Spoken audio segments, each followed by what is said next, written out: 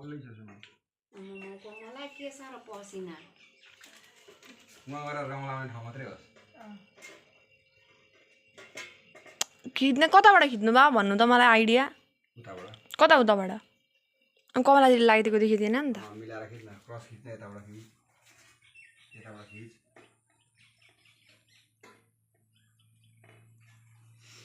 किन रुन आफ्नो भयो क्या हो कमला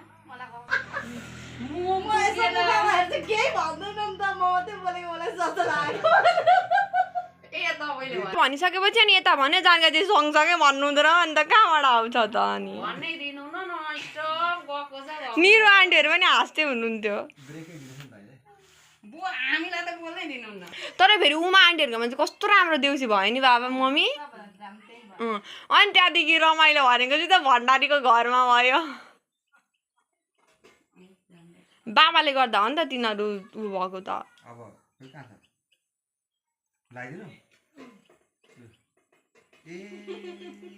कस्तो लाग्यो गरेन रहेछ त्यहाँ त के चाहिँ भयो ब्रेक लागे छ त भाउजू अनि दगत नगर्नु न म लगाइदिए छोड्नु न बाटो चाहिँ किन हुनु बाठो हुनु हुँदैन ठुलो मान्छेले लागेको बेला सानो मान्छे बिचमा पस्नु हुँदैन लगाइदिनु भएन कि पहिला नि भाउजूको पछाडि एकदम दाजुको पछाडि हामी उभिन्छ अनि खिच यहाँ फोटो उयो आँगनमा हो यहाँ चाहिँ अहिले यहाँ एउटा चाहिँ टिको लगाएको कत्रो बेर लागेको मम्मीलाई त नकराए सारा कहाँ के पार खिच्न जानु छ होइन त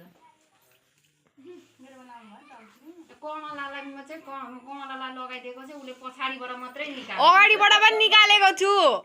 अगाडिबाट पनि निकालेको छु पछाडि कमलाको ढाड देखेको छ मेरो अनुहार अगाडि नै लगाइदिएको छु हो खिचिदिएको छु ल्याइदियो माला उ जानुका लागि